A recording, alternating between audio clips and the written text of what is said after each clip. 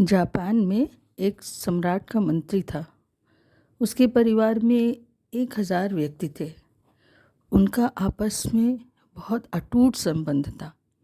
सभी सदस्य एक साथ रहते थे और एक साथ ही खाना खाते थे। उनमें कभी भी कोई झगड़े नहीं होते थे।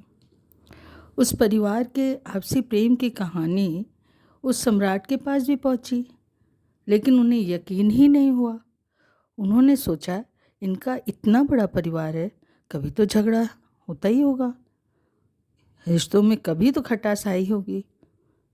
आखिर एक दिन राजा स्वयं उस मंत्री के घर पहुँचे।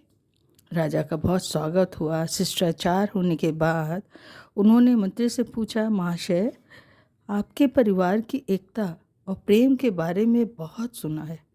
क्या आप बताएंगे कि 1000 से ज़्यादा व्यक्तियों वाले परिवार में आपसी स्नेह संबंध कैसे बना हुआ है? मंत्री जी वृद्धावस्था होने के कारण अधिक समय तक बातें नहीं कर सकते थे, तो उसने अपने पोते को एक संकेत से कलम और कागज़ लाने को कहा। उन चीज़ों के आ जाने पर उसने अपने कांपते हुए हाथों से लगभग 100 शब्द लिखे और उस कागज़ को सम्राट की ओर बढ़ा दिया। सम्राट ने उत्सुकता के साथ कागज़ पर नज़र डाली तो वो चकित रह गया। कागज़ पर एक ही शब्द लिखा था, सहनशीलता। सहनशीलता। वो चकित रह गया। सम्राट को चकित देखकर मंत्री जी ने कांपती आवाज़ से कहा, महाराज, मेरे परिवार की एकता का रहस्य बस एक ही शब्द में छुपा हुआ है, सहनशीलता। सहनशीलता, ये महामंत्र हमारे बीच एकता का धागा अब तक पिरोए हुए है। इस महामंत्र को जितनी बार दोहराया जाए उतना कम है।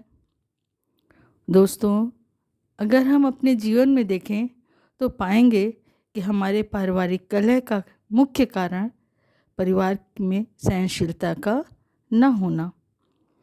हम अक्सर छोटी छोटी बातों पर उत्तेजित हो जाते हैं और हम अपना आपा खो देते हैं। किसी ने कुछ कहा नहीं कि हम पलटकर तुरंत जवाब दे देते हैं। हम अपनी बुराई का एक शब्द भी सुनने के लिए तैयार नहीं हैं। हम पलटकर जवाब देने से पहले एक पल के लिए रुककर यह भी नहीं सोचते कि आखिर सामने वाले ने ऐसा कहा क्यों है। जब हम परिस्थिति और सामने वाले की नज़रिए को समझें बिना ही उससे तू मैं करने लगते हैं, तभी परिवार में आपसी मनमुटाव की शुरुआत होती है। इस कहानी में मंत्री जी जो सहनशीलता शब्द का उन्होंने प्रयोग किया है, इसका मतलब है जब सामने वाला उत्तेजित हो तो दूसरा सदस्य शांत रहे, तब लड़ाई कभी भी आगे नहीं बढ़ती। अगर आप में सहनशीलता है कि आप में परिवार के हर सदस्य की बात सुनेंगे, तभी आपसी प्रेम भी बना रहेगा। आशा है ये वीडियो पसंद आएगा आपको। अच्छा लगे तो लाइक, शेयर और सब्सक्राइब करना ना भूलें। धन्यवाद।